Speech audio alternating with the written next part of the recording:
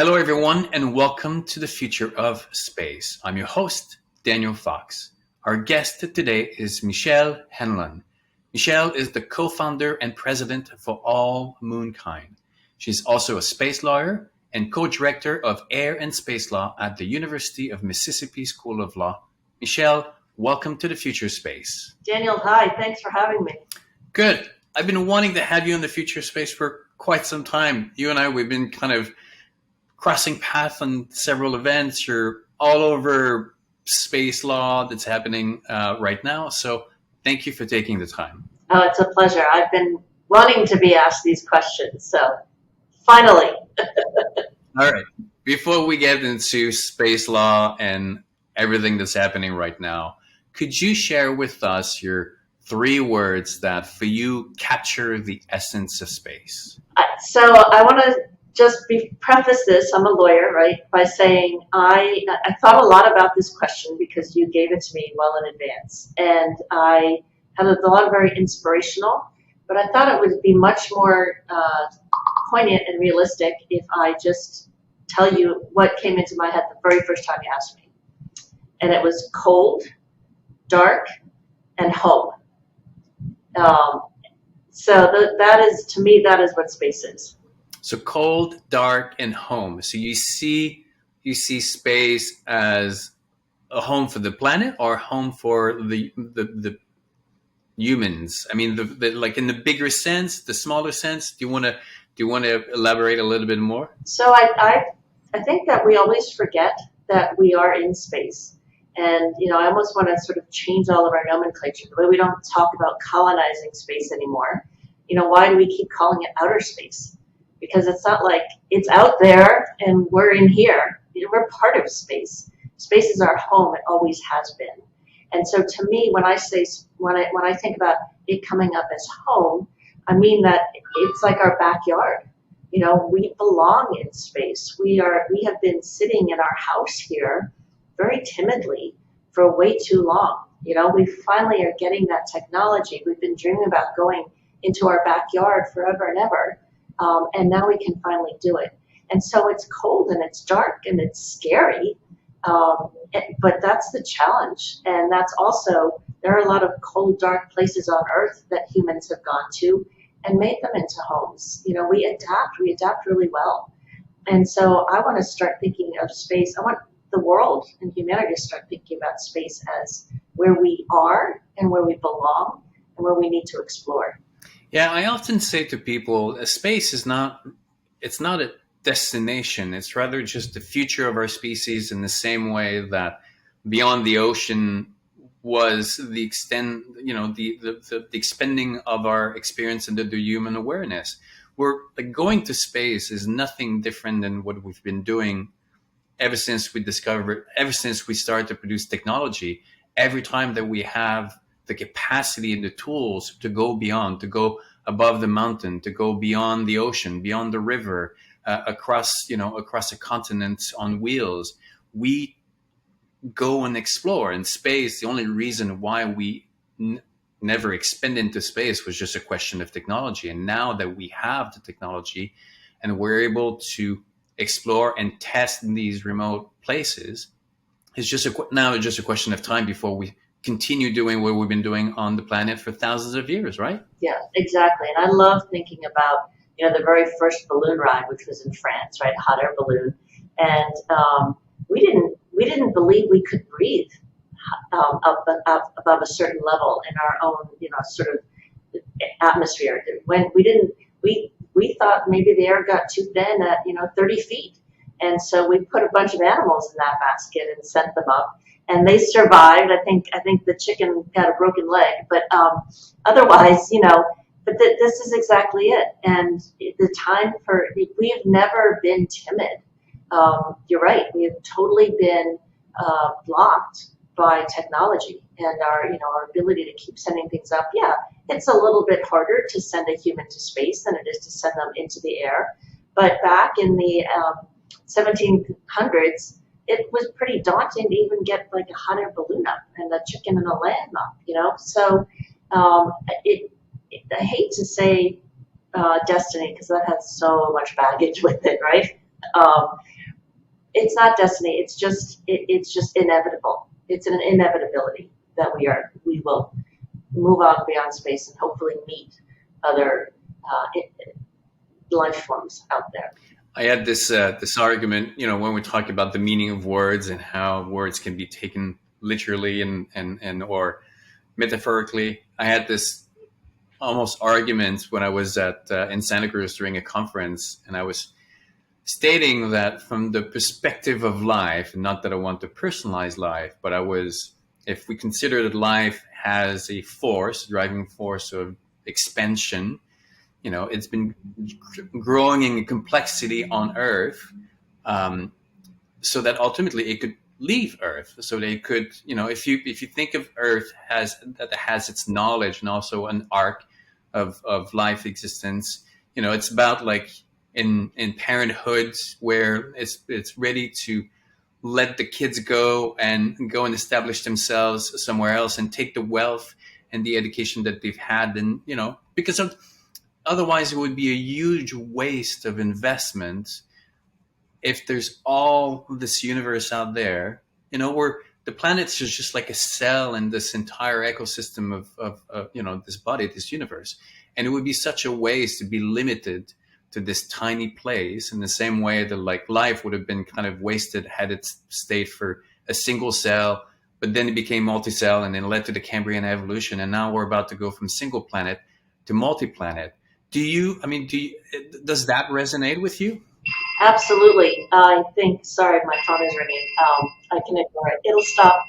Um, yes. And I think, think about the cradle of civilization in Africa and how we all moved from there. I mean, the Polynesians, I think, are the best example to draw from because they were on islands in the Pacific and they couldn't see anything. At least, in Africa, you're just trudging along and moving beyond what's getting cold, so forth. But the Polynesians looked out and saw exactly what we see when we look at. They didn't actually. It would be like us looking up and just seeing black, right? Because they didn't see anything beyond the horizon. There was no other land, and yet they decided to just build a boat and go. I mean, we're looking at the moon, we're looking at Mars, we're looking at asteroids. They literally just saw the edge of the world and thought, okay, let's see what's out there. And so to me, that is the embodiment of the human spirit. And also I love your imagery of children, and they grow up and then they go and they make their own homes, right? And in some cultures they continue to build the home that they were born in. And that's exactly what we're looking at too, because not everybody wants to leave Earth, right? And certainly the people who want to leave Earth aren't leaving because they don't like Earth. It's just time. They're off to start their own home, wherever that may be in the universe.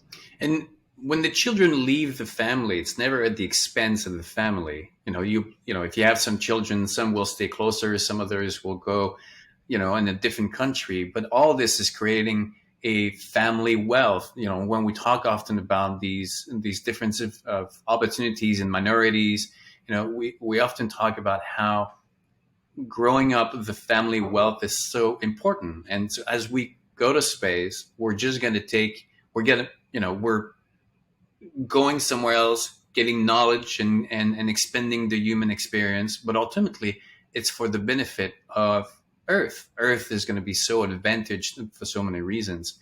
But just before we get into the what you're working on, law, because I think it's fascinating the amount of awareness that we have in moving forward with the desire to do good. We're not moving forward just like a cowboys, and we just came out of a conference, Beyond Earth Institute, and there were so many people who in that room are spending so much effort trying to make sure that the steps that we make, that we take forward are sounded and correct. I mean, even though we're going to be making mistakes, there's no way around it, but the desire to do the right thing is there. So before we get there, I just want to, when I flew back and I was on the plane. I was watching First Man, the Neil Armstrong movie with um, the Canadian actor Reynolds. But I was, yeah, Ryan. But I was so we forget about how the cost, what used to be the cost of human exploration, which we don't necessarily have today. Like we have robots on Mars that are gathering knowledge, but at the beginning of the space era, all that was done by humans at their own cost. There was a lot of people that died in the process, and you can just see, the dedication from, Buzz Aldrin and Neil Armstrong, but like how it was just a toll on human lives. And now we're entering this era where that cost of human exploration is almost nil because we can use robots. Um, is that something like I guess the tie-in is when we get into law, there's going to be an interesting field of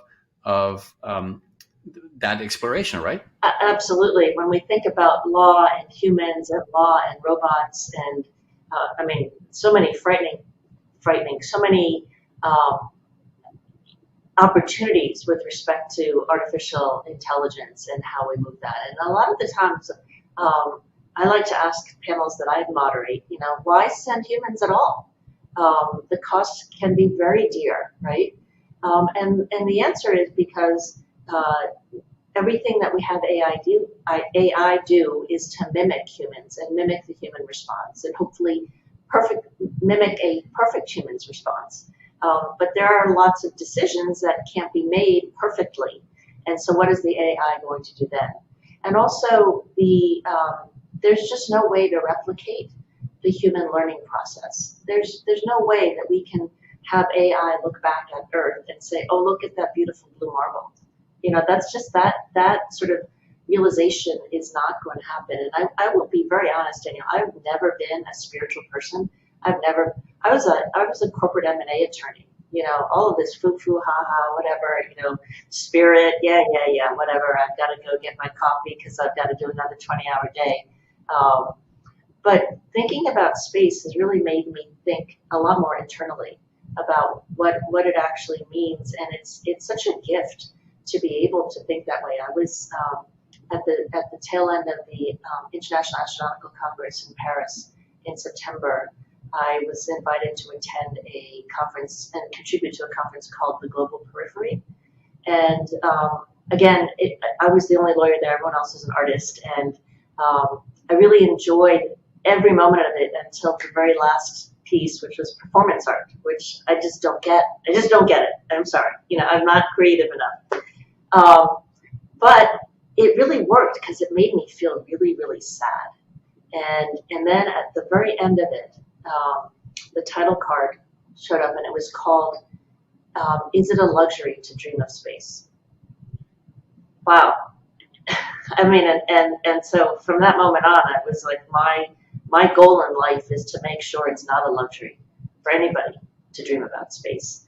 And when I think about that and finding this, I didn't find a purpose, it's just sort of, it's really, the focus of what I want to do with the rest of my life is really sharpening. And it has a lot to do with my relationship with space. Did you grow up with the interest of space and law was kind of a tool to get back to what you wanted, or actually space came after? First you went into law and then you saw the writing on the walls for the future and you thought that there would be an opportunity there? So I'm a classic want to be an astronaut. Or didn't everybody want to be an astronaut, right? And then I, got into geometry. I was all right, trigonometry, okay, pre-calculus. I was done. I was out. And so I put those dreams to bed. Didn't think about being able to access space through any other means. And so political science major, law school, just sort of, I'd be very clear. I loved learning the law. I loved having that discipline. I really loved doing what I did, even though I was sort of a corporate pig and just, throwing money around at different clients and so forth. protecting money for different clients. But I always had Star Trek. You know, my boys were raised with space and all sci-fi and Ender's Game and The Expanse, all of those amazing books. Douglas Adams. And when I empty nested, I sort of just sat back and decided, okay, I'm thrilled with my family. I'm really happy and settled with that. Now is the time that I can actually maybe think about giving back to community. And for me, community means humanity. And so I went back to law school and got my advanced degree in air and space law, and then ended up here at the University of Mississippi. And so, for All Moonkind is the outcome of your background in law and where you want to go from there? Absolutely. So it's actually also a little bit of patriotism thrown in.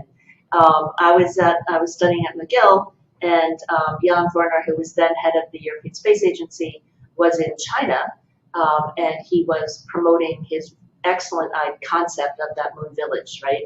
And he was at a press conference in China that I was watching as I was studying, and he said, "China, you must return to the moon with us, if only to take down those American flags."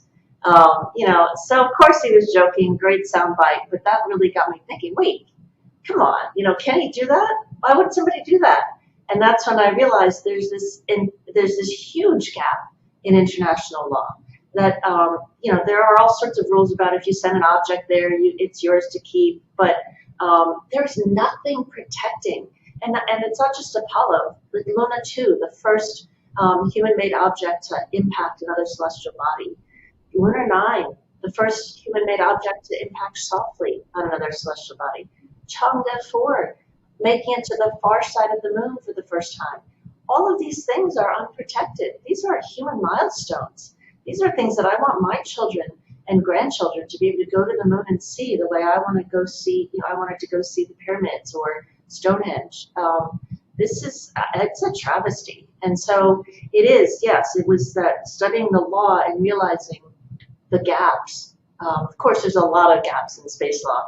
And I think we can fill them all if we start with this baseline of universality, of accepting that what's up there on the moon, that blueprint represents all of us, not just Americans. I sometimes feel that there's a certain naivete in the space community about how, because I think that a lot of people grew up with Star Trek and this vision of, everybody's going to sing Kumbaya and be on a nice ship. But the reality of evolution is a little bit more complicated than that. And already, I think going to space, yes, is that new opportunity of evolving, taking our society to, the new place in the same way that North America represented that ideal after Europe.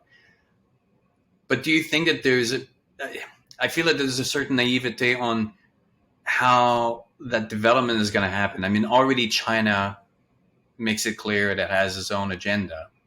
Like we have to understand that it's going to be complicated. Do you agree with how complicated it's going to be, and maybe there's a little bit too much of naive belief within the space community? Yes, absolutely, and I mean it from people who think, oh, once we're up there, we'll all get together and we'll be friends up there, or we should reach out an olive branch to the Chinese because we're stunting human growth by not doing that. Fundamentally on Earth we have two very opposing regimes, right? I'm not going to characterize them. People know what they are, and because that would obviously prove my own bias, and that's not going to go away. And there are people, who don't believe the same things I do and are happy in a way that I would never be happy. And so we have to recognize that everybody should have this choice to live how they wish to live. And so when we lawyers get together and talk about lunar governance, and what we're really talking about, or what I'm really talking about, is preventing conflict. It's not kumbaya, hey, we are humanity. It's let's prevent conflict, and then and then it's up to the next generation to get us to the Star Trek model. But we're so far from that right now. I do believe, Daniel, I'm not wearing my rose-colored glasses, but I do have rose-colored glasses. I would like to see 2 different moon bases on the moon. I'd like to see an Artemis moon base and then China, Russia, and their friends and allies moon base, because I really think that those moon bases are going to need each other. If only because, if there's 6 people on each one, after a little while, you're going to have a cocktail party because you're going to be bored out of your mind with the 5 people you're stuck with. Or they're going to need something from each other. And then, the government down here is going to say, no, don't do that. That you'll compromise our national security, or, we don't have enough money to cover that, or whatever it will be. And those people on the moon looking down on our beautiful blue marble are going to say, forget that. We're going to go and we're going to be friends and we're going to figure this out. And the whole invasion of the Ukraine, I have not spoken to any of the astronauts who were in ISS during this process. Of course, the media reports that everything on station was fine, and who knows. But I have heard that even though there's rules that say, the Americans aren't supposed to go into the Russians, that they do anyway. And so whatever we will find out 50 years from now about what happened, I'd like to believe that that's just, 5 people living in space together are looking down on Earth and thinking, wow, those people are really stupid. Now, I want to pick your brain a little bit, because you said that part of your mission is trying to prevent conflict as we go to space. From someone who's been doing solo wilderness expeditions and loves studying the human psychology and the human story, unfortunately, conflict is part of evolution. In families, you all come. You're born in the same family. There's conflict, within the family. The people that are married understand that there will be conflict, and from my perspective, often it's more about how can we manage positively conflict, so that, and I think that's the secret between couples and in the family, or within societies, whether it's the United Nations and where we are today, is that we've managed conflict, the differences of cultures and realities, so that it becomes a win-win situation for people, as opposed to deny the reality and the reason for conflicts. Because one of the common things that we hear from when we go to space, we look back and we say, oh, we all come from the same planet, therefore we should all be hugging each other. I think that I can make the same judgment when I step out of my house and I look back and I say, we all look from the outside, it looks just one building, but within that building you have different rooms. They all have their purposes, and no one wants to start living in a giant, open space. And I think it's important as a society to recognize those differences. We don't have the same background. We don't have that same life experience. Yes, there might not be borders from space, but there's geographical borders, there are cultural borders. And I think that we need to acknowledge them so that we can rise above them, and not thinking that just because we're from the same place, everybody agree and there won't be conflict. I mean, is that something that resonates with you? Yes. So first of all, I don't know what you're talking about with respect to marriage, because my husband and I never fight. Can't even say it with a straight face. Yes, and I thank you for calling me out on that. I think what we want to do is prevent the silly conflict, I guess, or the obvious prevent the obvious conflict. If right now we have China and the United States both looking at the South Pole, it would be nice if they are able to land far enough apart from each other where they're not impeding each other. It would be nice if neither of them actually claim anything, or any of the, and that's how are we going to figure that out? You're not allowed to claim property on the moon. A state is not allowed to claim property or claim territory by any means whatsoever in space. So what does that mean, and how are we going to allow different states to utilize resources? But you're right, we're not going to be able to and conflict. And you're also incredibly right in saying conflict is how we grow. And so we need to manage the conflict. I mean, I'm just mimicking you now, Daniel. We need to manage that conflict for positive results. And that is in essence what the law is about. It's, we put up the Treaty of Westphalia, we put up these guardrails because it was easier for humans to deal with each other if we had sort of boundaries to think about, and that helped us manage. It didn't end war, but it helped a little bit. And maybe one day we actually will have the war to end all wars, but I doubt it. Human nature is human nature, and even the best of us get jealous and envious and selfish, and that's just going to happen. And our goal as space lawyers is to, my goal as a space lawyer, I should say, is to sort of let out that tether and give the humans in space the opportunity to figure out their own relationships with some. This was actually, again, at the Beyond Earth Institute, the concept of guardrails that Hank Rogers absolutely just, guardrails is a terrible term. So now I'm trying to think of something else, but guidance. I cannot go and say, okay, this is the rule that should be in space. But let's go back to the children analogy.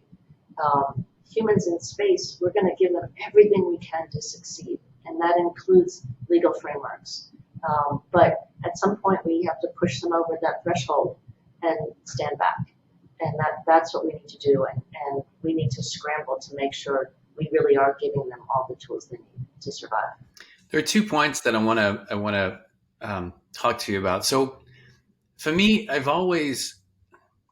there's this idea that human nature is worse than the nature itself, and for me, I actually flip it. I see the human nature as better than nature, because in nature there's a rawness, and then there's a chaos that is absolutely that doesn't care about the consequences. There's if a volcano erupts, it blankets everything. There's nature works on the scale and trials and errors that is beyond, it's over millions of years, hundreds of thousands of years.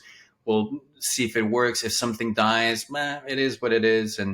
But we're the one trying to take that chaos and give it a certain moral judgment to it. So for me, the human nature is that it is actually trying to do better than the nature is doing that's its pure form. And policies and moral, or in the laws, is that framework that we create so that it gives a certain, like, it improves itself as we move forward. Otherwise, it would be just a law of jungle where, like, it's all over the place. So when I was sitting at Beyond Earth Institute and really realizing that the policies is a piece of technology that we've created so that we can move forward in a more productive manner, as opposed to just being this free for all. It's all over the place, and it's again, it's a law of the jungle. So what would be your thoughts on that? So I feel like you've just put on rose-colored glasses. I agree with you. I think for the most part, human nature does think twice, for example, about eating another human, and we think twice about doing things that will destroy our neighbors, whereas sort of that Darwin and survival of the fittest, you don't think about that. But there are a lot of humans who think very Darwin-like, right? Who will do things for purely selfish reasons without care of the consequences. And I don't think we can weed those humans out from the ones we send into space. I don't know, that you could do any number of psychological tests. I mean, right now, we're going to send humans to space just because they're really rich. So how are we going to make different decisions about who goes and who lives there, who starts that community? So that is one thing. We need rules because we do need to say sort of 10 commandment like things. Don't murder when you're up there. Make sure everyone gets oxygen. Let everyone have access to water. Let everyone call home. These are some very basic rights, and that's what I would like to see. And when we talk about For All Moonkind, when we talk about, I've done a lot of research into commercial space stations and looking at the humans that are going to live on those stations and visit those stations, and how easy it would be to recognize on paper as part of that contract that human rights apply in space, and that those human rights will include very basic things like a right to oxygen. I think we have come a long way as a human society. We're not by any means perfect. We're not by any means where we want to be. But we generally tend to, or the majority of us tend to abhor when a woman is killed because she doesn't want to marry somebody, or when a government annihilates an entire village, and so that's a lot of progress compared to a couple centuries ago, where that was just all humans were fungible except the one who was on top, right? So we have a lot of growing to do, and now it's going to be really interesting to see if this ability to grow out into the reaches of our home will help us change our nature, or help us continue that evolution of our nature, so it is generally much more benevolent than before. Because often people forget the reality that we're about to be 8 billion on the planet, and while population has kind of exploded, conflicts have not exploded on the Earth. In fact, there's a lot more people managing and preventing conflicts and making sure that we move forward constructively, as opposed to, we have this conception that the world is doom and gloom right now. But I think this is more of a problem with media and perspective, and the fact that we have trouble managing that much information. My empathy as an individual has evolved so that it's applicable to my immediate surrounding. If I care to the people around me, then I increases my chance of survival. But having this sense of awareness of all the bad that happens around the world, I don't think that mentally we're good at managing the negative news around the world. So I want people to remember that there's a lot more good being done than a lot more bad, and the fact that we're so many people and we're managing that is because we're not a bad species. And the Beyond Earth at the beginning, the keynote, the producer of The Expanse, was explaining how we must anticipate how once we move into space, there's going to be new groups of people that want to represent themselves because they have a different reality. The moon people will want at some point to just say, we have a different reality. We have our own interests that we have to protect. The people who are going to be on the Mars is going to be the same thing. The people who are going to be, in the belts or in the asteroids, their different reality also implies that they want to protect themselves. So, and Earth is going to, has to understand and prepare those divisions of cultures and realities, right? So, and it goes all the way back to, if you think about the formation of societies, it starts with the family. And the families live close to each other, and then they build little communities that were extended families, and then they had fights with the families next to them, and then they reached a truce, and they became a bigger community. That's exactly it, and that's what we have to allow to happen in space.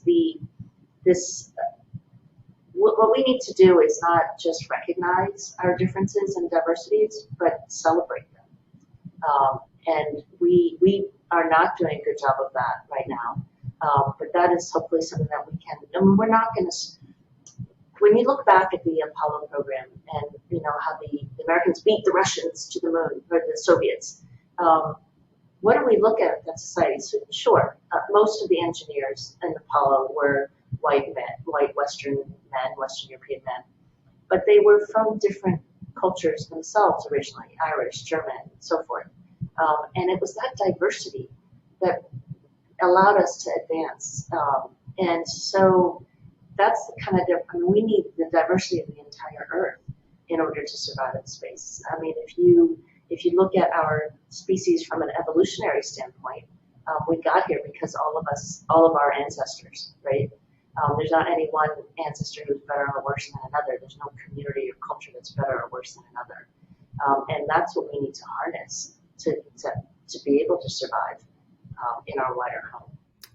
So you're talking about engineering, and I think that part of the reasons why we struggle currently is because the language that we use, or the story that we've created about the human species, has no room for the complexity of life, of what it is to be human. We think of humans in just this kind of really rational, and the way that life should happen is just this clean, progression. When in reality, the human species is not a bad species. Is that life is messy by design. It's evolving, growing, learning is by definition messy, because you constantly have to push the boundaries and you have to make mistakes. And, we understand what the concept of mistake is for an individual or for technology or for an entrepreneur. But the reality is also cultures make mistakes, societies make mistakes. And that is, it's also a messy process. Do you think that we need to reshape the story, our story, so that we can empower ourselves moving forward? I think at the height of, in the U.S., we're still very divided, but at the height of the BLM and COVID protests, and the Americans showed a very ugly side of themselves to the world. And a lot of my non-American friends sort of, oh my goodness, it must be so hard, that's so bad, wow, this is the decline of democracy. And I said, no, this is the apex of democracy, or hopefully not the apex, hopefully it's just another notch as we continue. Because how powerful is our society that we can air all of our dirty laundry to the entire world? That this is it. It's ugly. We can be very ugly and awful to each other, and that's not going to stop. So yeah, we need to accept history, not erase it. We need to recognize history. I saw there was a teacher who had put on a poster that Hitler was a very convincing and charismatic leader, and I think he got fired. But that's the truth. He was a convincing and charismatic leader. And we need to teach our children about Hitler so that we don't have another one come up. If you don't know how he did it, when he did it, it's so important to understand his psyche and understand how not to get caught up in something like that. And so the For All Moonkind is about protecting history. And so I understand the hurt that our history has, but I'm not going to say especially in the United States, every culture has horrible things in its past. And I understand the fervor to, not celebrate, take down those statues. But we have to recognize also that, for all the bads in Thomas Jefferson, there were a lot of goods. And I'm reading a book by the philosopher Thomas Kuhn, I think it's pronounced Kuhn. He's the person who coined the term paradigm shift. And he said, humans really just, they look for problems they can solve. They don't look for problems they can't solve. And he coined the term paradigm shift because you have to find the anomaly, and then you have to be confident enough in yourself to tackle that anomaly, even though it goes against everything you have been taught, everything, so forth. So I've been really captivated by this book, but what really makes me sad is that he talks about science throughout history, and it's all men. It's all men, he, him. How sad is it that we have lost centuries of contributions by women because we didn't believe that they should go to school past 7th grade or past 3rd grade or whatever. And so that is what, I think what we need to really focus on isn't so much good, bad. I mean, that changes right? Every day, every year, something else is bad. But recognize, when we think about um, woke culture, and people saying, well, back in the 60s, it was okay to say that. No, it was never okay to say it. It was just accepted because nobody challenged it. And that's what we need to do. I'm not saying, that we need to, I'm sorry I brought up the term woke because I don't like it, but fundamentally, we have to accept our evolution, and that means seeing the bad and encouraging us to do the good, and making sure that we don't silence any voices anymore. Because I always say that it's we have to move forward with acquired wisdom rather than looking backward and trying to find someone to blame. Because it's always easy to look back in hindsight and apply your value judgment. But the reality is that everything is a product of its time, and what changes and evolves are values. And I don't want to really look at the past and divide it and segment it, but it's just that our values change and they can be addressed, all across the border. We're giving a better awareness and a better understanding to the complexity of who we are. The the sadness that I have right now is that as the world is becoming more complex, we're not spending enough time and energy giving the tools to people to negotiate that complexity. And I think that's one of the negative effect of people separating themselves and siloed, and they're siloed, is because they don't know how to process that. It threatens their own world, and instead of like embracing the the complexity, they kind of retreat themselves into these worlds that are super simple. And I think that's we can go into religion, but that's one of the attractions where they gave themselves a framework that don't question it. And if I had to build a curriculum in school, for me, I would put as much effort in teaching civic ethics and communication tools so that people have what is needed to deal and to deal with the complexity. And as we go to space, there's going to be even more complexity. So that for me, it's definitely where I think there should be like effort put into that. I mean, being in policy, I guess you're fully aware of that reality, right? So I think one thing that is very, very hopeful about space is, in the United States anyway, it's one area where the Biden administration didn't change anything that the Trump administration did. And so that shows me, okay, we finally matured to the point where not every president has to come in and put his own imprimatur on the program. But it just this acknowledgement that this is something that we need to work for, and it goes all the way back, to Eisenhower. President Eisenhower was the first person to say, no, let's not protest when Sputnik flies over, because we want space to be for everybody. I don't, enough with these sovereign boundaries. Let's just say, fine, let it fly over. And we have that instant customary international law that space is for everyone.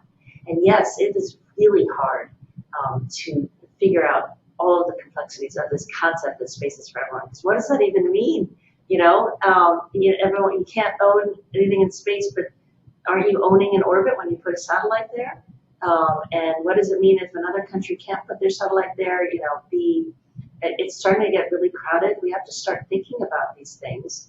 And we have to bring in, you're right, we have to bring in with it all these complexities. And we worry, and a lot of people, the argument has been that the billionaires want to get into space before we have rules, right? Because it's the Wild West and they can make their own rules. And sure, they can. If Elon Musk gets to Mars next year, who's going to stop him from claiming it, right? But he's going to be tethered to Earth. He's not going to be able to have a community out there that survives without Earth. So we have all these human connections that won't just disappear. But you're right. We need to realize that it is going to be the mess that we take with us, not some perfect little picket fence and house. So. Well, when it comes to human evolution policies, and I mean, we could be talking about hours. In fact, that's why there are conferences that last for days, and we still, try to figure out how to move forward. But I want to be mindful of your time.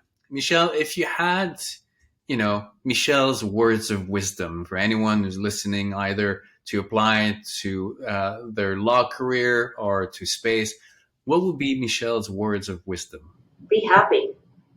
I think that um, I have a lot of I teach a lot of students, and we have a lot of conversations about work-life balance. And if you're happy with what you do, that concept, work-life balance, flies out the window. There is no balance because your work is your life because that is what you love. And so when you think about the term, the other thing I would say, be happy and define yourself. Define success for yourself. Don't let other people define success for you.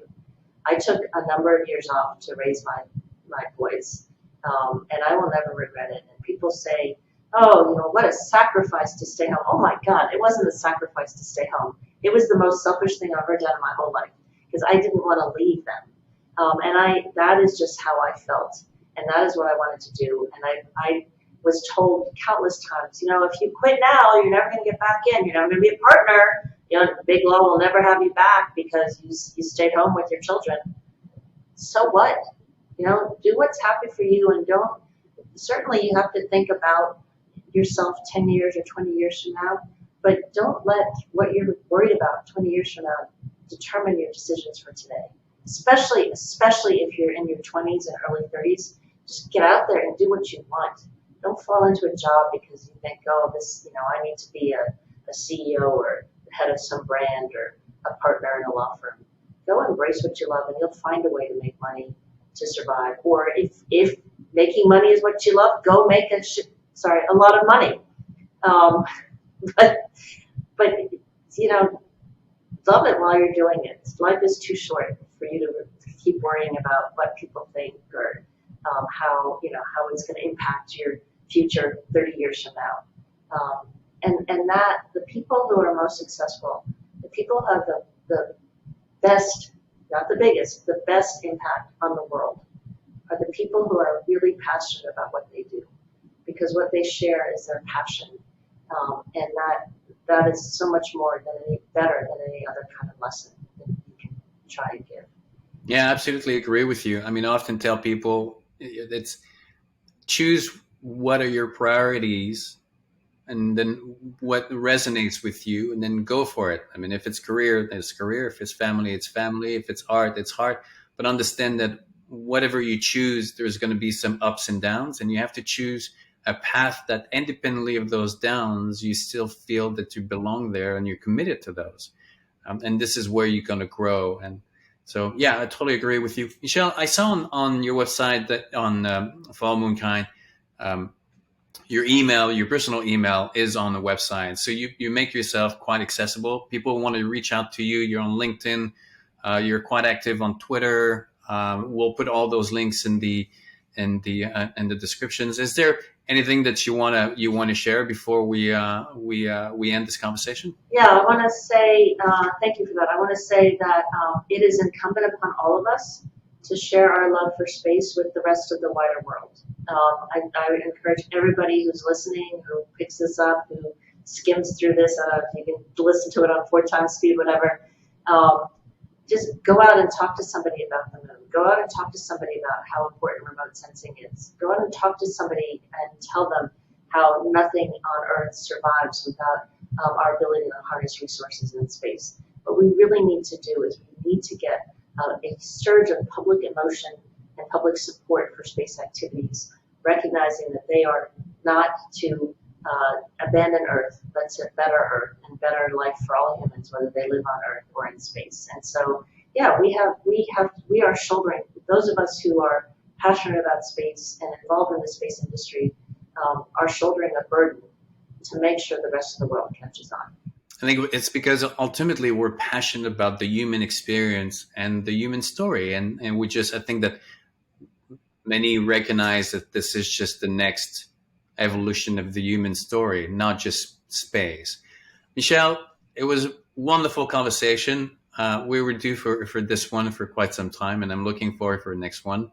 And we'll put all the links so that people can connect with you. I know that you've been on the road and busy for 2022. 2023 is going to be the same thing. So I look forward for a path to cross again. Absolutely. We talked a little bit about law, but yeah. Thank you so much. And I encourage people to reach out to me. Sometimes if I'm traveling, it takes a little while for me to respond, but I will always respond. Well, the future of space, the goal is really to find that commonality that we have independently of what we do, or, whether it's an engineer or a law professor. There's the human story. And, that's why I always ask my guests, what is the human story of going to space? And then we end up talking about what it is to be human. And that's exactly what we did today. So thank you, Michelle. Thank you, Daniel. Really appreciate it.